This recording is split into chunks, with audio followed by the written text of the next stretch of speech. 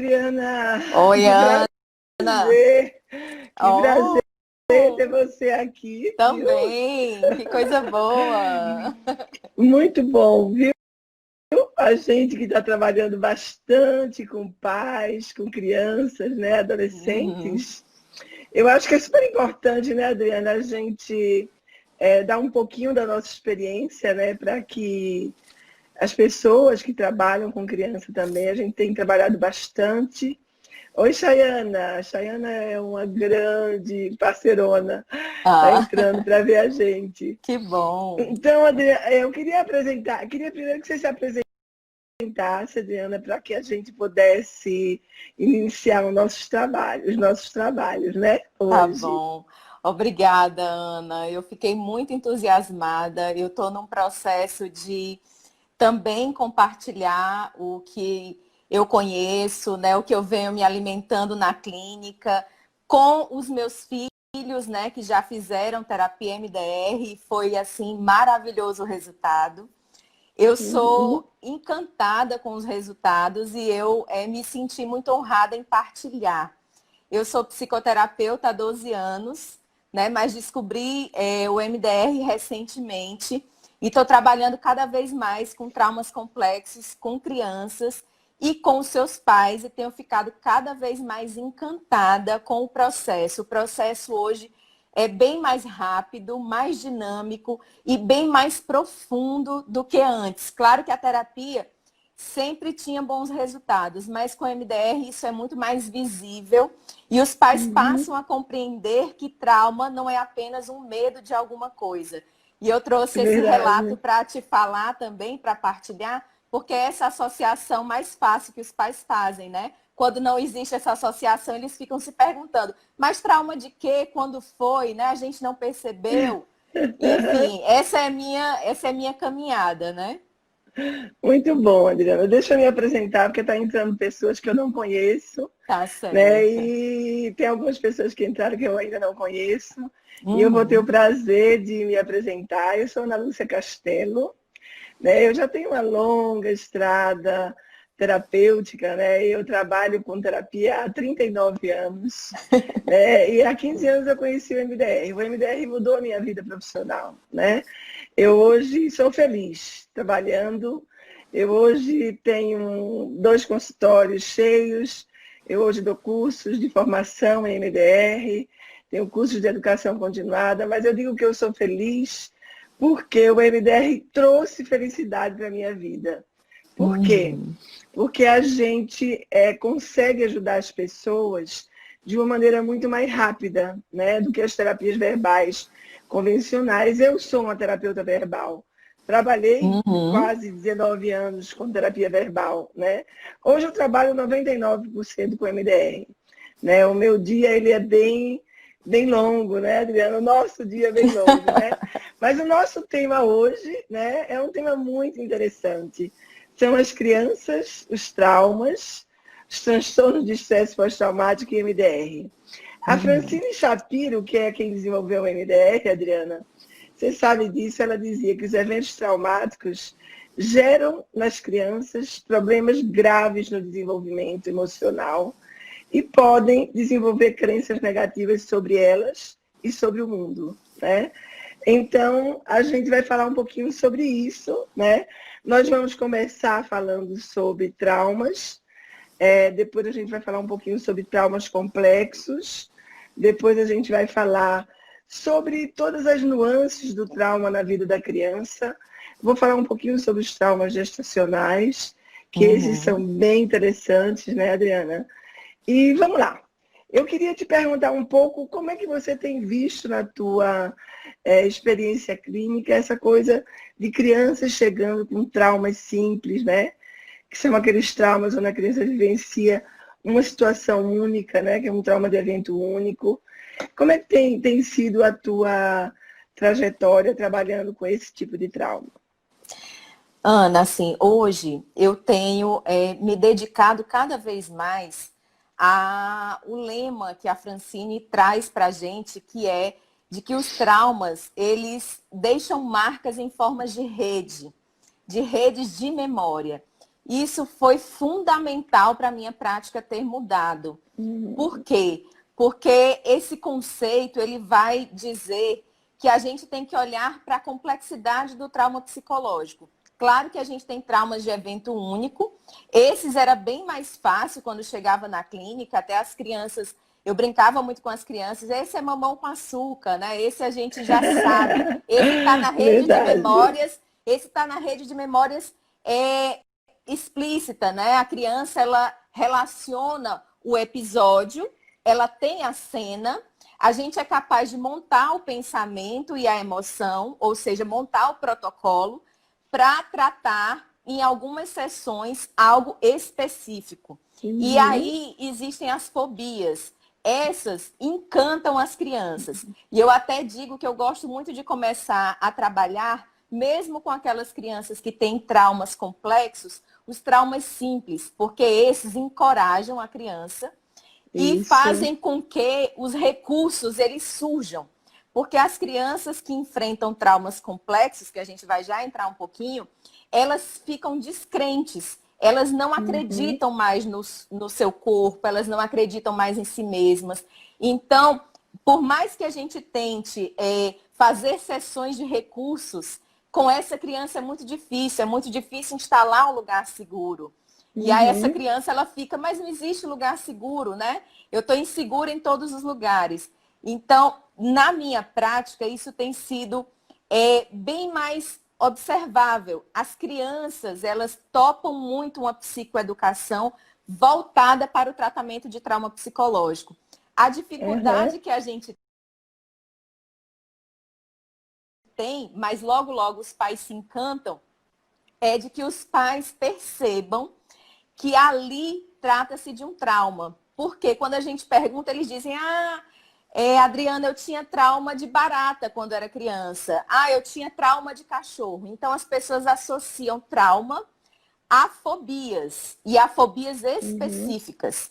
E aí, esses pais começam a perceber, quando a gente lança mão de algumas perguntas e de algumas sessões, para eles entenderem, perceberem que eles fazem parte disso, eles ficam muito intrigados porque eles começam a perceber o seguinte: crianças que estão imersas em traumas, elas ficam imersas nas emoções, elas têm comportamentos inadequados, elas ficam agressivas, têm ataques de fúria, de birra, têm pesadelos constantes, podem ter baixa no rendimento escolar. Então, a gente vai ampliando o leque para sair da questão da fobia específica.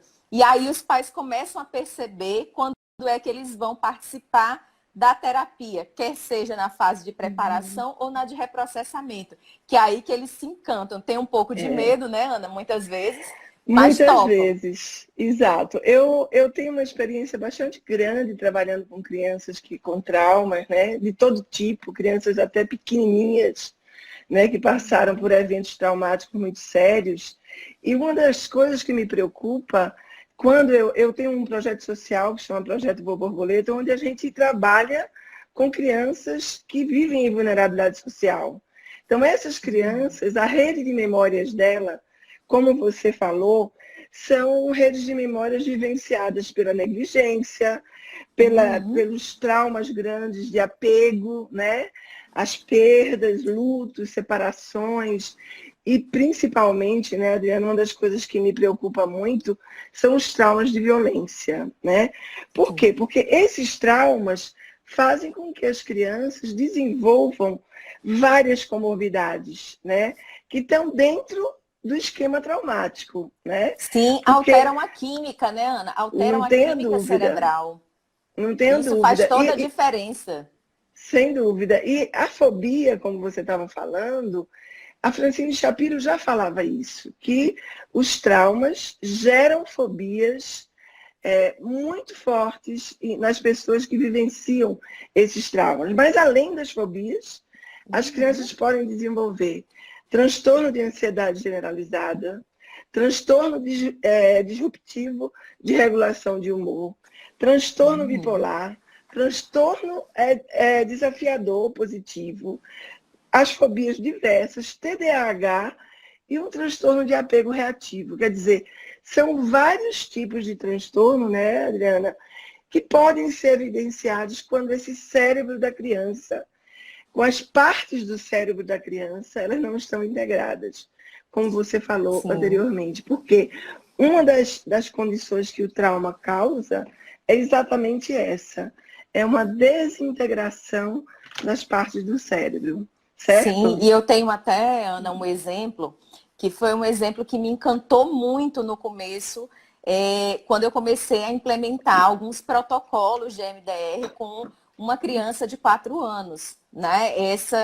Esse relato eu até fiz quando eu fui orientar alguns psicólogos sobre trauma, né? Eu tive a oportunidade de partilhar conhecimento com alguns psicólogos sobre trauma e eu levei esse relato de experiência, que é o seguinte: um menino de 4 anos chegou para atendimento altamente agitado, os pais já achando que ele realmente tinha TDAH. E aí, quando nós fomos fazer alguns reprocessamentos, sobretudo com o protocolo de histórias, que é fantástico, a gente chegou a uma questão que era de barulho. E essa criança, muito cedo, foi internada numa incubadora onde o barulho da UTI foi reprocessado nesse protocolo, porque essa criança era muito ativada com barulhos. E aí, investigando, a gente chegou a uma cena que a mãe trouxe num relato, em que o barulho da UTI foi extremamente traumatizante para ela e para a criança.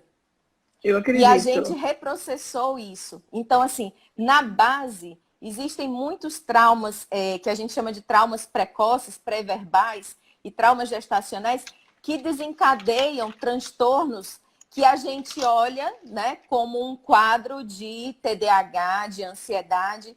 E essa é uma realidade muito legal que o estudo sobre trauma e a terapia MDR traz. A gente olhar para além dos sintomas. Os sintomas estão ali, eles têm os seus Exato. disparadores, mas existe um quadro muito maior. E reprocessar com essa Isso. mãe foi muito importante. Eles passaram a compreender muito mais o que acontecia e o diálogo com essa criança sobre medo foi totalmente diferente do que antes eles conversavam. Então fez toda a diferença para a Toda a condução diferença. posterior, porque essa Com criança ela certeza. vai lidar com medo de uma forma completamente diferente. Não que ela não possa sofrer outros traumas, né, Ana? A gente está Aham, com outros certeza. traumas de desenvolvimento, mas essa criança vai lidar de um jeito completamente diferente. Diferente, não Ela tenha tem dúvida. recursos. A Ela tem recursos. Rosiane, Adriana, ela está perguntando se o trauma pode interferir na alimentação da criança também e na seletividade alimentar. A minha experiência é muito boa, viu, Rosiane, nesse sentido. Eu já tive vários casos de crianças que tinham uma alimentação bastante prejudicada e uma seletividade alimentar bastante importante por conta de traumas que viveram na época precoce da vida, do 1 aos 3 anos. Eu tive Uhum. recentemente uma criança que eu tratei, que a mãe, quando eu perguntei a ela, teve algum trauma? Aí a mãe disse, olha, Ana Lúcia, que eu lembre não. Depois ela foi lembrando, né? Ela lembrou que a criança tinha tido 2 situações de engasgo muito sérias, de engasgo, assim, de precisar ser socorrida, e uma situação de intubação. Nessas Ah, 3 situações, essa criança ficou com medo de engolir. Então, logo que peguei essa criança, eu disse, preciso instalar os recursos para que ela se sinta mais forte e vou reprocessar esses 3 traumas. Como era uma criança de 3 anos, viu, Rosiane? A gente utiliza um protocolo de história que eu desenvolvi em 2014, que é um protocolo de história onde a gente adapta a história que a criança está vivendo, a situação real, a uma situação fictícia de um personagem. Então, a criança vai fazendo a identificação daquele protocolo e a gente vai trabalhando com o MDR, com a estimulação bilateral. Então, sim, o MDR pode sim ser muito útil nas crianças que têm problema de seletividade alimentar e de uhum. alimentação. Agora, Sim. deixa eu te fazer uma outra pergunta, Adriana. A IDEI está perguntando o seguinte, se o MDR seria indicado para a criança que tem deficiência e tem dificuldade em aceitar a sua imagem corporal. Eu gostaria que você falasse um pouquinho, tentando enfatizar os traumas, né, para a gente poder ficar bem dentro do nosso trabalho aqui hoje. Sim, na verdade, Ana, quando a gente pensa em deficiência, a gente tem que pensar em que tipo de deficiência, qual foi a causa dessa deficiência, se foi genética, se foi, sei lá, posteriormente algum trauma físico, né, por um acidente, se é uma deficiência intelectual. Então, a gente tem que olhar sempre para a consequência daquele estado e que estados emocionais foram criados a partir daí. Então, eu digo muito, algumas pessoas já me perguntaram, né? E aí eu lembro da Sherry, quando a gente fala de autismo, por exemplo. EMDR trata autismo? Trata as consequências e os traumas que essa experiência causa ao sujeito. Fazendo a mesma analogia que a Sherry faz, é a mesma situação. A gente tem que investigar que consequências traz do ponto de vista emocional para essa pessoa. E sim, o Perfeito. MDR trabalha com traumas nessa perspectiva e ajuda muito na reconstituição da imagem corporal. A gente tem a Exatamente. fase de escaneamento corporal e a gente tem também o trauma vivido no corpo, né? Esse trauma vivido no É, corpo, ele tem uma sensorialidade, ele tem um processamento diferenciado, né, Ana, de algumas experiências que a sem gente dúvida. reprocessa mais do ponto de vista da imagem. É outro tipo de reprocessamento. Oi, a criança que tem deficiência, muitas vezes, ela passa por diversas situações traumáticas, né? Em função, às vezes, de bullying na escola, se ela estuda em escola, inclusão muitas vezes acontece, né? E esses traumas, eles podem se perpetuar. Então, muitas vezes a criança não aceita o corpo porque alguém tirou o sarro dele em algum momento, né? E aquilo ficou gravado na rede de memória de uma maneira negativa, né? Com, por exemplo, deficientes, eu trabalho muito no desenvolvimento das habilidades, né? Porque o deficiente ele tem uma dificuldade muito grande, dependendo da deficiência, como a Adriana falou, de desenvolver algumas habilidades. Então, o MDR é muito bom, porque a gente tem o recurso da estimulação bilateral, que a gente vai desenvolvendo pouco a pouco as habilidades, né? Sim. Então, isso é muito importante. Então, vamos dar continuidade e vamos falar agora um Uhum. pouquinho dos traumas complexos, Adriana. Sim. Nessa perspectiva, Ana, os traumas complexos assim, abriram um leque muito importante para o tratamento de trauma psicológico, porque se ficava muito pensando antes que a gente tinha que encontrar um trauma específico. E no caso do trauma complexo, não. A rede de memórias, ela realmente encontrou uma dissociação, ou seja, o conteúdo do trauma, ele é tão devastador e ele foi tão Uhum. repetidamente reproduzido que esse conteúdo ele fica a maior parte do tempo fora da consciência. Então, o que significa isso? Significa que ele vai aparecer em formulações, ou seja, em comportamentos, em estados mentais, em Uhum. estados emocionais. Então, quando a gente percebe que ali trata-se de um trauma complexo, a gente tem que investigar as defesas dessa criança e trabalhar Uhum. muito com recursos, especialmente com os pais. Agora, se o trauma é vivido no apego, aí é um capítulo que a gente vai falar já já um pouquinho, porque a gente tem que fortalecer essa relação primeiro e não só recursar a criança, porque ela vai se sentir sempre instável. Então, do ponto de vista do trauma complexo, as reações são muito mais intensas e elas são muito mais Uhum. difusas. A gente não consegue identificar de cara qual foi o trauma que a criança experimentou. Ou seja, aquela criança que viveu um trauma gestacional, depois ela viveu Uhum. outros traumas com essa mãe e em seguida ela viveu outros traumas, por exemplo, de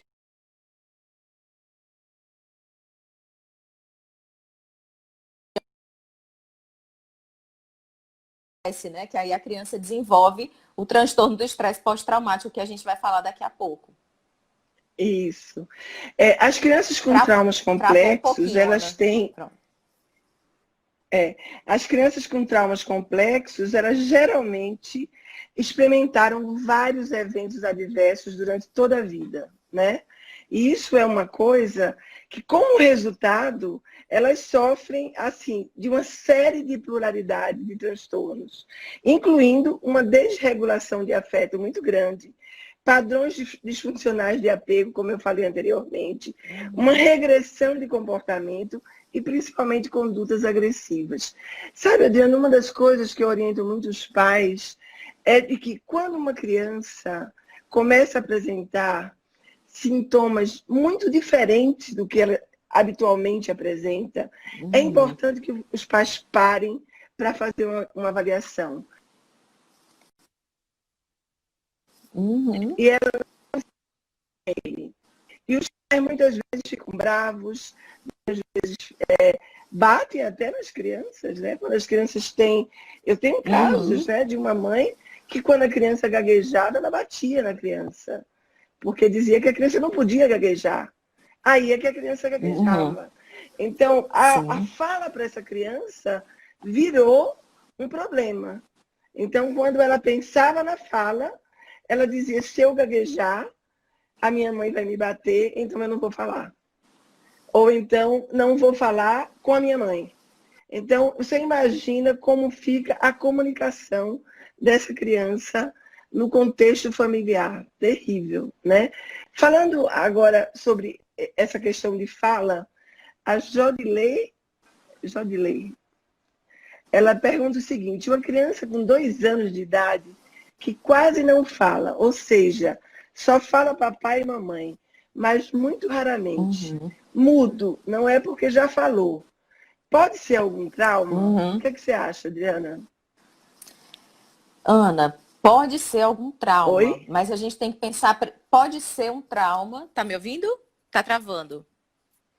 Tá me ouvindo, Ana? Tô te ouvindo super bem. Pronto. Tô te ouvindo super bem. Pode ser um trauma, mas a gente tem que pensar primeiro em questões de neurodesenvolvimento. Hoje é muito comum transtorno do espectro autista. Então, a gente nunca deve descartar essa condição. Mas a gente tem que observar o seguinte, essa criança já falou, essa criança falou e parou de falar abruptamente após, por exemplo, um processo de internação em que ela teve que ser hospitalizada. Eu já acompanhei uma criança que passou por um processo de hospitalização e logo após esse evento, essa criança deixou de falar. E ela era bem pequenininha, ela já era uma criança, como a gente diz, entre aspas, falante. Então, tem sempre que a gente olhar para as duas faces que estão envolvidas. E se isso não resolve, levar imediatamente para uma avaliação com profissionais, com o neurologista, especialmente o neuropediatra, e um psicólogo que esteja acostumado a trabalhar com trauma psicológico precoce, né? Eu tenho uma visão muito cuidadosa em relação ao desenvolvimento da fala das crianças, né? Até 2 anos essa criança não está falando fluentemente ainda não preocupa, tá? Porque está dentro até 2 anos e meio, está dentro do desenvolvimento, né? Tem uma coisa, sabe? Essa resposta é para a pessoa que perguntou, que para mim eu fico bastante atenta, né? Se é um filho único ou uma filha única, e ela é muito atendida nos desejos, ela não precisa falar para se comunicar.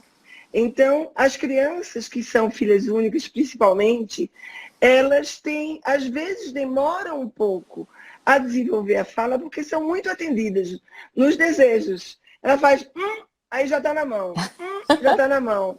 Então, outro dia eu atendi uma mãe e um filho, que tinha 2 anos e meio e não falava. E aí eu disse, eu vou fazer junto com a mãe a observação lúdica. Então, botei os dois e coloquei um pote de bala, bem sacanamente, em cima da minha prateleira, né? Porque eu tinha certeza que na hora que ele visse aquele pote de bala, ele ia pedir para a mãe, né? Então nós começamos a brincar ali, eu, ele e a mãe. Daí a pouco ele se deu conta do pacote de bala. E ele fazia... E a mãe, vem aqui brincar, filhinho. Eu tenho absoluta certeza que em casa ela já teria pego a bala e tinha dado para ele. E Com aí certeza. ele se assim, desligou totalmente, ele se desligou do nosso, da nossa consulta, né? Então, o que aconteceu? Eu simplesmente disse para a mãe, se comporte como você se comporta em casa. Exatamente igual como você se comporta em casa. Você não pode se comportar diferente. Aí ela levantou-se e foi lá e deu a bala para ele. Então, o que acontece? Quando a criança tem uma situação de vida que é muito cômoda, ela pode demorar a desenvolver a fala, né? Eu tenho bastante cuidado, sabe, Adriana, do diagnóstico. Muito Sim, cuidado. Porque o diagnóstico, para mim, é uma coisa que rotula muitas crianças, né? E a gente precisa tomar cuidado, porque, às vezes, hoje se fala muito nos transtornos de desenvolvimento global, né? Então, sim. eu tenho recebido crianças com diagnóstico de autismo que não são autistas. Então, isso preocupa muito. Por quê? Porque não se fez uma história clínica bem apurada para que a gente pudesse estar dando um diagnóstico, uma hipótese diagnóstica mais aceitável, né? Então, isso é uma coisa bastante interessante, né? Sim. Olha outra É, pergunta, Adriana. outra? Vai lá. Uma criança que mora com a mãe adotiva desde recém-nascida e passa o final de semana com a mãe biológica. Essa criança não gosta de brincar, tem rejeição por brinquedo, quer sempre estar junto da mãe. Antônia, você está perguntando se isso pode ser algum trauma? É isso? Eu acho que Não. depende muito do que ela vive nas duas casas. Uhum. Se ela vive uma vida tranquila com a mãe adotiva e ela tem situações traumáticas vivendo com a mãe biológica, aí sim a gente pode caracterizar desse processo. Uhum. Sabe por quê?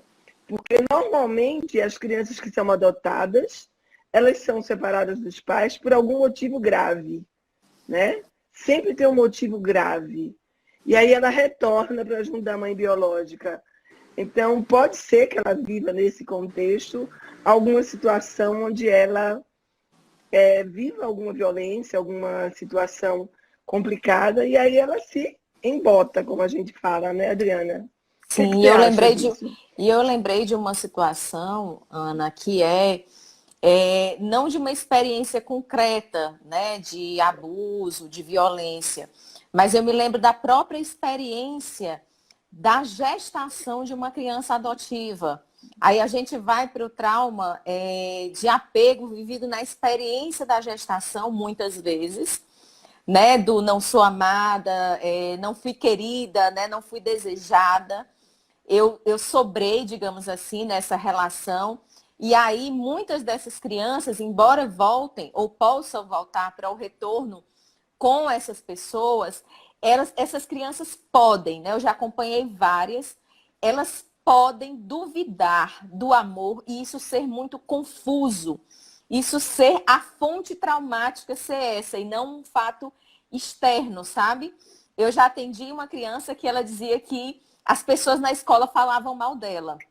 E era muito incrível, ela buscava aceitação, ela buscava ser sempre a melhor. E aí, de tanto investigar, a gente ia à escola, investigava com os pais. Na verdade, essa criança, ela tinha muito de não ser importante em todos os lugares. E aí, existia, sim, esse trauma presente por conta da adoção. Mas aqui eu deixo um recado para pessoas que convivem ou que adotaram essas crianças, né? Essa experiência ela pode ser reestruturada num apego seguro e a cura acontecer no apego. E é muito bonito, foram muito, assim, os processos que eu acompanhei foram lindos, mas que algumas dessas crianças trazem os traumas da gestação e dos primeiros cuidados quando elas são entregues para adoção, já com um certo nível de entendimento, né? Há uma ruptura nesse apego muito drástica. Eu já atendi também adultos que trouxeram essa queixa depois de muitos e muitos anos e tinha a ver com a adoção também. Né? Aí a gente leva para os dois lados, né? Para as A gente primeiras tem bastante experiências. cuidado, a gente Sim, tem bastante cuidado quando a gente trata crianças adotivas, principalmente quando a gente faz o protocolo gestacional, porque é um momento muito difícil, às vezes, por conta dessa rejeição que a criança pode vir a sentir, porque todo trauma gestacional, ele é sensorial, né? A gente vai falar disso daqui a pouco. Mas aqui a ideia pergunta o seguinte, uma criança de 10 anos que está acessando vídeo adulto no YouTube, seria uma consequência de trauma, de algum tipo de violência sexual? Olha, eu vou dizer uma coisa para você. Eu trabalho numa clínica pediátrica. Os médicos da nossa clínica, eles estão impressionados já há algum tempo, tá? De tanto que a gente tem ouvido de abuso sexual em crianças até pequenas, né? Então, eu acho que seria importante investigar, porque 10 anos hoje já é uma idade onde as crianças já falam sobre sexo, já olham no YouTube relacionamentos sexuais. Outro dia eu vi uma turminha olhando no YouTube relacionamento sexual com animais, 10, 11 anos, tirando sarro daquilo.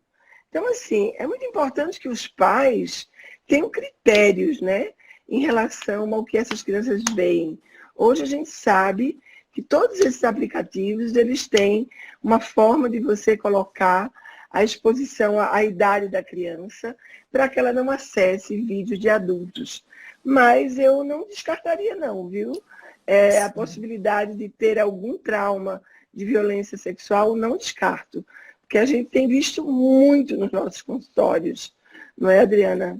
e lembrar também que violência sexual, nesse caso, pode não ser necessariamente um estupro, né, uma violação do corpo, mas ela pode ser também pela questão visual.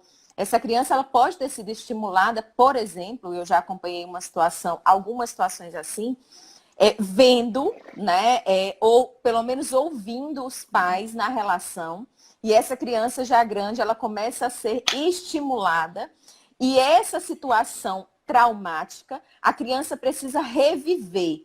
E aqui eu queria deixar um parêntese muito importante, que é o seguinte: por que que a criança que passa por experiências de violência sexual, quer seja na experiência corporal ou visual, elas tendem a repetir o ato, pelo menos algumas.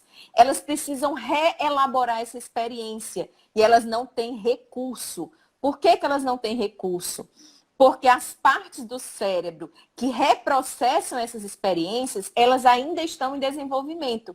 E aqui a gente ressalta sempre a questão do hipocampo e da amígdala, que é mais ou menos por volta dos 3 anos de idade que isso vai começar a se desenvolver. Então, a criança ela sempre está precisando do adulto para organizar memória, pensamento e emoção, ou seja, dar sentido ao que ela experimentou.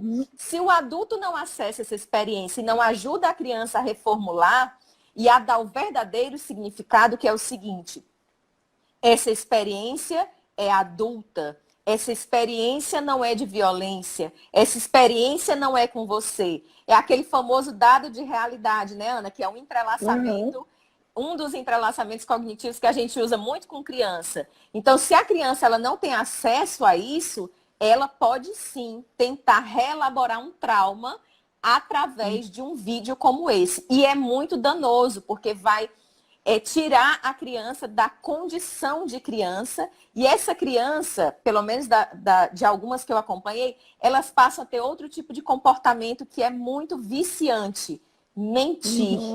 Esse é um comportamento que revela muito violência sexual. A criança ela passa a não gostar da imagem dela e tudo ela passa a esconder da família. Ela mente muito, essa criança. E ela não deve ser reprimida por isso. Pelo contrário, ela deve ser ajudada e interpretar por que ela tem vergonha de aparecer para as pessoas.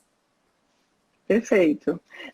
Na realidade, eu acho que isso é muito importante, a gente estar falando sobre isso, porque os traumas, muitas vezes as crianças vivem, é também o trauma vicariante, né? Ela não participa ativamente da situação. Então, ela vai desenvolvendo alguns tipos de medo, de fobias relativas a traumas que ela viveu, por exemplo, junto com uma mãe. Que essa mãe desenvolve um evento entra num evento traumático e ela fica fóbica em relação àquilo. E ela passa para os nossos filhos, né? Eu tenho um filho e a gente vai passar esse medo terrível, né? Para que o filho não sofra aquilo que eu sofri, né? Então, é muito, muito importante a gente estar muito ligada nos comportamentos das crianças, sabe, gente?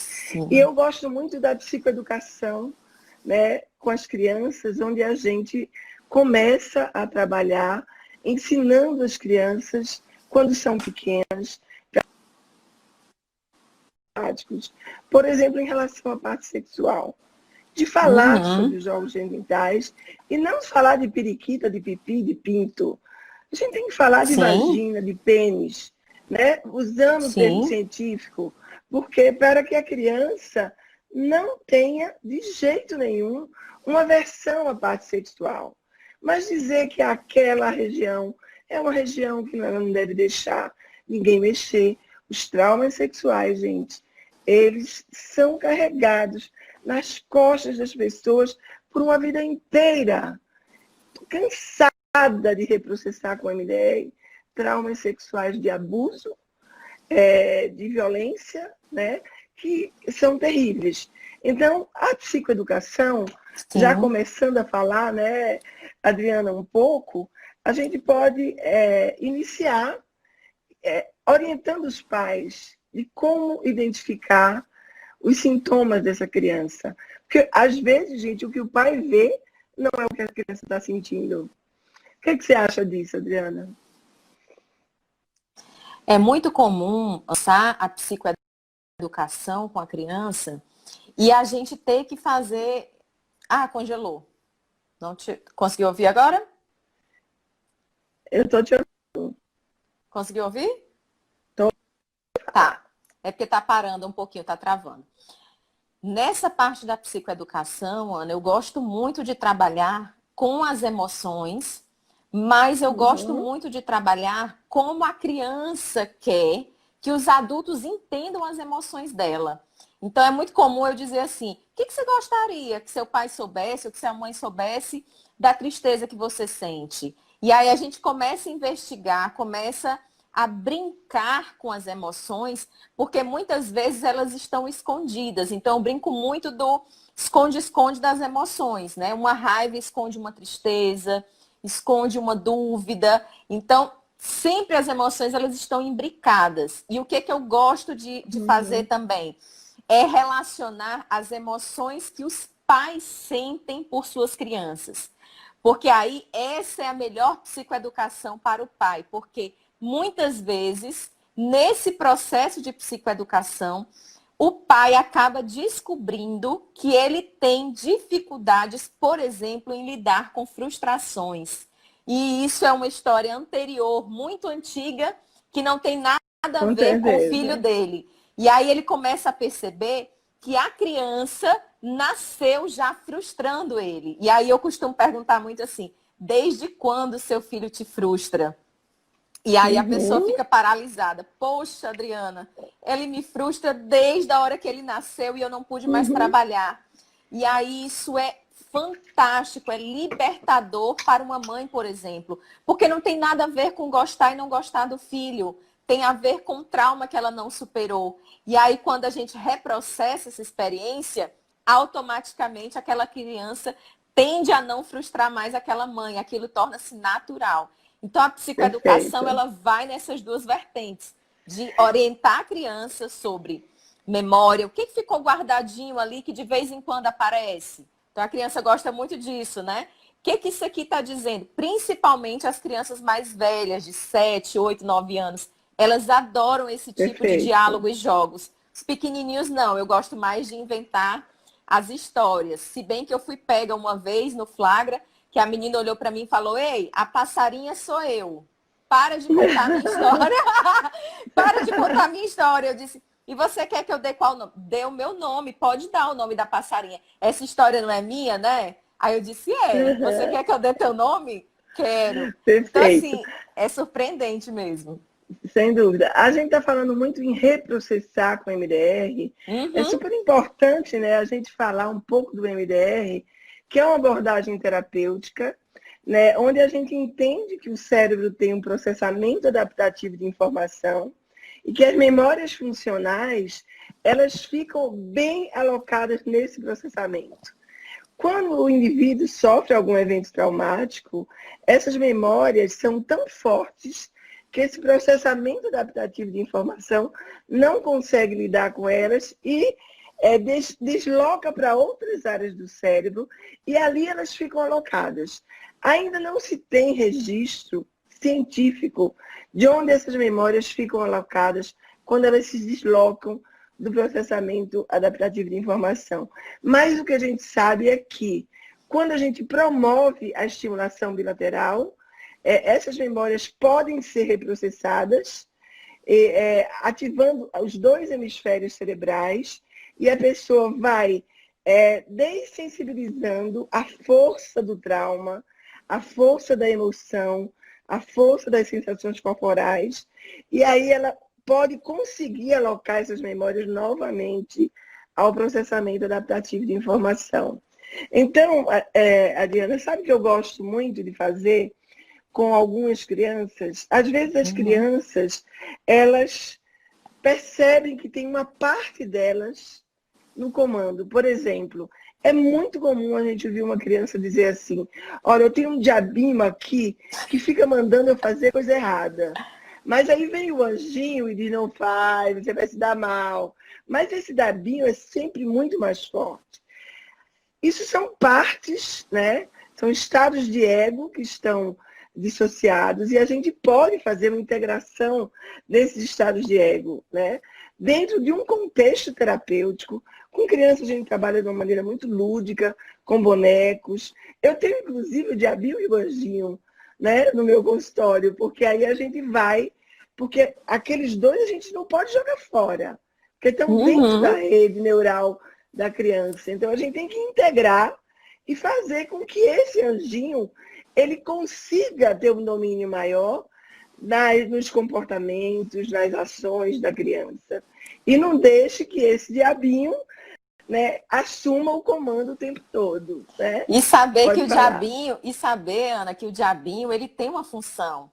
É essa que os pais precisam conhecer também. O diabinho, ele Exatamente. apareceu com a necessidade de proteção. E aí é muito Exatamente. interessante quando a gente está trabalhando as defesas, né, Ana? As defesas com as partes do ego, porque é uma tendência nossa na terapia MDR perguntar por que, que esse diabinho precisa ser tão grande, né? Ou então por que, que esse tigre que mora dentro de você precisa ser tão grande. E aí muitas vezes a gente se surpreende com a fala da criança, que é o seguinte: esse tigre precisa ser grande porque eu preciso bater no meu pai. Por isso ele tem que ser grande. E aí tem-se a necessidade da gente reprocessar isso, mas protegendo essa criança dessa informação. Por que, que ele precisa bater no pai? Por que, que esse pai é tão forte que essa criança consegue lidar com essas situações? De repente, a gente está diante de uma criança que é hiper castigada por tudo que ela faz. Então, ela começa a associar que ela tem que ser muito grande, porque ela imagina que o adulto é grande, né? Então, ela imagina que tem que ser Exatamente. muito grande para poder destruir o poder do adulto. Então, a gente não precisa abandonar essa parte, a gente precisa reprocessar Integrar. e recursar para poder integrar essa parte. E essa parte, ela Exatamente. também deve ser trabalhada com os pais, né? Porque, de repente, essa Exatamente. parte, ela também existe em um dos pais. Essa parte que tem mais força, que tem mais agressividade, não no sentido de bater, mas no sentido de ser firme. Tem pai que dá castigo para uma criança de 4 anos, de 1 mês, a criança não entende nem o que são 4 horas, que dirá 1 mês, né, Ana? Então, são Exatamente. castigos que a criança tende a se traumatizar muito, muito mesmo. Com certeza. A Gisele está perguntando se a gente atende os pais e os filhos juntos, ou seja, o mesmo psicólogo atende o pai e o filho, ou recomendam que um psicólogo atende o pai e os filhos. É assim, viu, Gisele? Eu sou terapeuta de família, né? Então, por ser terapeuta de família, eu tenho sempre uma necessidade de integrar o sistema familiar. Então, se eu percebo que a criança é um paciente identificado dentro da família, eu faço um trabalho com a família. Se eu percebo que as questões estão ligadas a apego dessa criança com algum dos pais, então eu faço um trabalho da criança com os pais. Eu vou contar rapidamente uma história para vocês de uma criança de 7 anos que eu atendi. Um dia ela chegou no meu consultório e disse assim: Ana Lúcia, eu hoje não quero brincar. Aí eu disse: como assim? Você não quer brincar? Você adora brincar. Hoje eu quero conversar. Aí me pergunta essa criança de 7 anos, um menino: é normal numa família todo mundo só falar gritando? É normal numa família todo mundo só falar brigando? Aí eu fiquei assim pensativa, pensando que eu ia responder para ele, né, Adriana? Uhum. Aí ele disse assim: você não sabe, não é? Aí eu disse para ele assim: não, eu sei. Mas eu estou pensando como é que eu vou te explicar isso. E eu disse para ele, baseado na minha experiência com a terapia sistêmica de famílias, né? Eu disse: olha, a gente, quando está dentro de uma família, a gente desenvolve um padrão de comunicação. Eu me comunico gritando, então eu vou aprender que gritar é a forma correta. Então, a sua família aprendeu a se comunicar gritando. Então, eu fiz com esse menino um roleplay. Ele tinha que fazer uma reunião na família para conversar sobre essa situação difícil que ele estava passando, né? E o roleplay era o seguinte: ele tinha que fazer uma reunião familiar. Ele tinha que chegar em casa, sentar os 4 na mesa e perguntar: o que é que vocês acham dessa família? E o primeiro era o pai, segundo a mãe, terceiro o irmão, o último era ele. Aí o pai diz: eu adoro minha família. Meus filhos são maravilhosos, minha mulher é maravilhosa, a mãe também. O irmão disse: ó, tu é um pentelinho.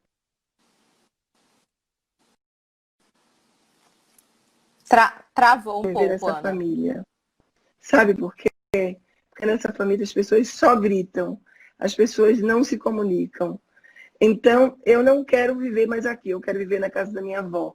Não preciso contar para vocês que eu tive que fazer um trabalho com essa família para eles mudarem a forma de se comunicarem.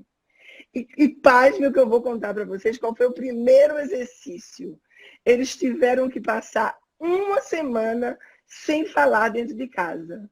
Eles só se comunicavam por mensagem no WhatsApp dentro de casa.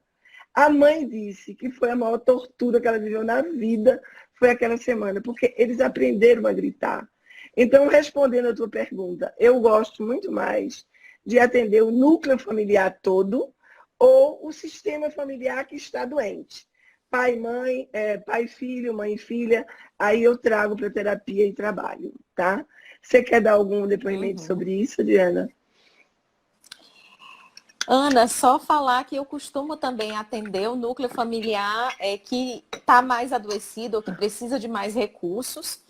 E aí só trazer um elemento que é bem legal nesse teu exemplo, que é entender por que essas pessoas não conseguiam o mínimo de frustração, o mínimo de tolerância.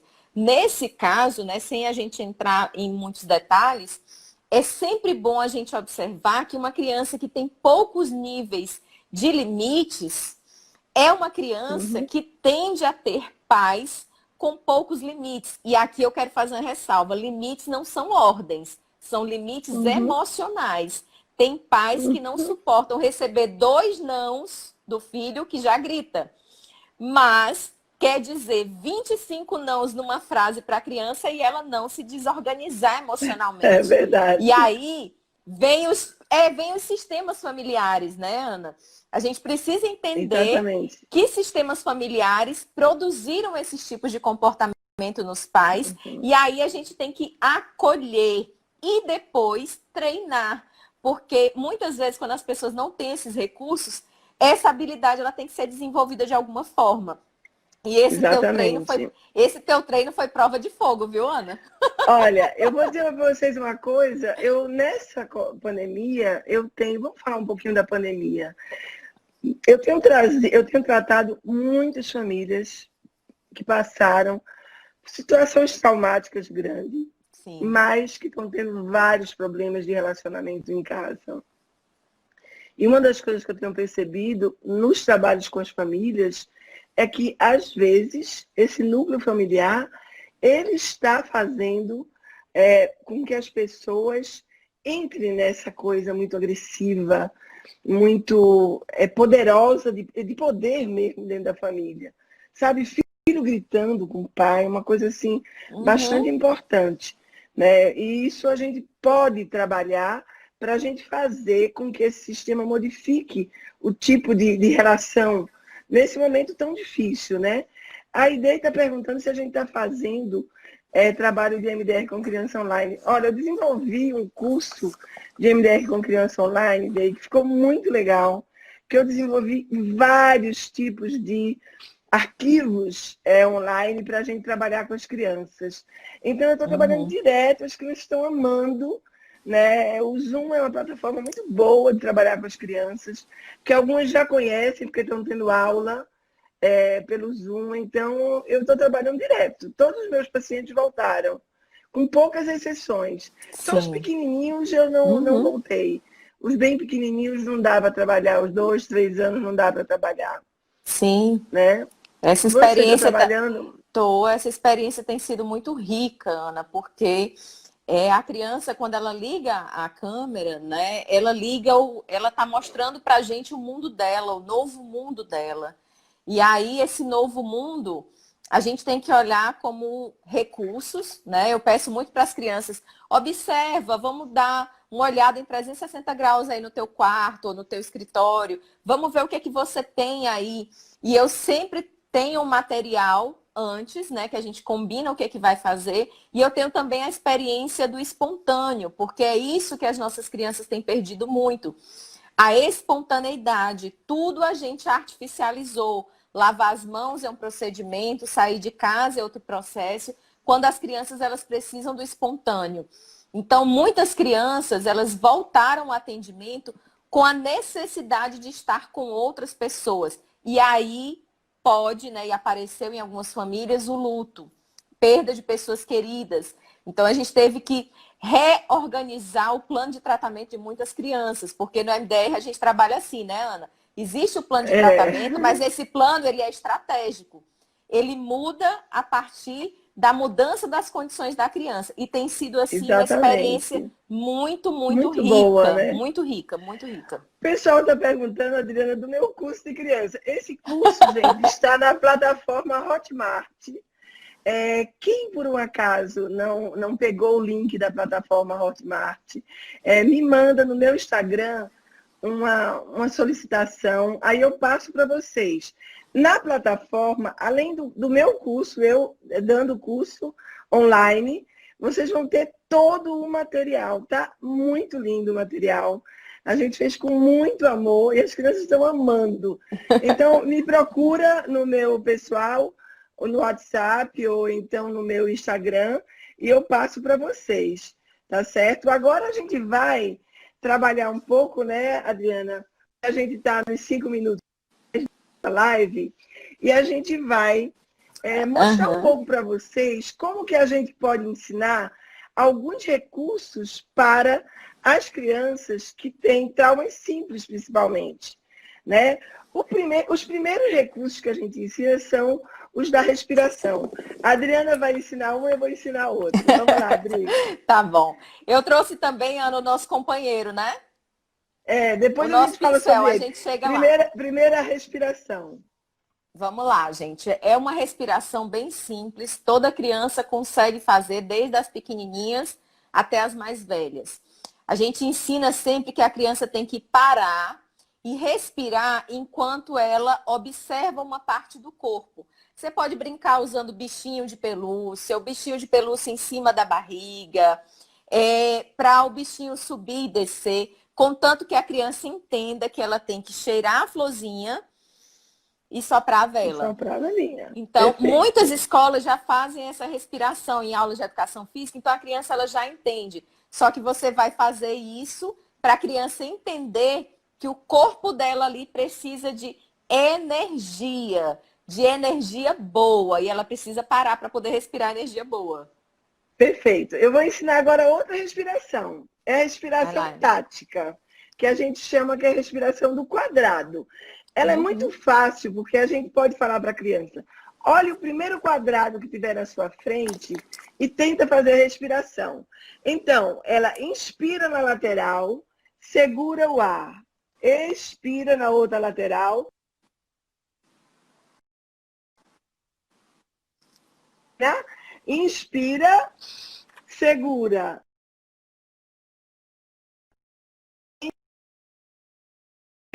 Expira, Travou, segura. Ana. Facílima, as crianças aprendem. As crianças é muito fácil, as crianças aprendem com muita facilidade. Agora nós vamos ensinar o abraço da borboleta, que muita gente aqui já sabe, né? É esse aqui. A gente pede para a criança juntar os dedos polegares e a gente pede para fazer toques como se fossem as asas de uma borboleta. A Aline está com a filha de 3 anos assistindo e fazendo com ela. Manda ela fazer o abraço da borboleta. Muito Aline. Bom, manda fazer o abraço. É muito legal, tá? Então, a gente vai ensinar o abraço da borboleta. E a gente utiliza também, como a Adriana falou, o pincel. Esse aqui, gente, é um pincel de uma loja, eu não ganho nada dessa loja, hein? Da loja Quem Disse Berenice, que ela tem pincéis coloridos. As crianças adoram. E é um pincel que tem uma cedra bem tranquila, né? Assim, bem levinha. Você põe na mão da criança, na outra mão, na outra. Como se fosse assim, né? Não. As duas mãos aqui, e você fazendo como se fosse na minha aqui. Isso. Exatamente. Uma e outra. Você faz isso em torno dos 30 estimulações, pedindo para a criança pensar em coisas positivas. Aí a criança vai ampliando um lado positivo na rede de memória dela, porque o recurso é um lugar positivo que a criança vai descobrindo na rede de memória dela. Isso é muito, muito bom. Dri, é o pincel novo. Esse é novo, viu? E é bom fazer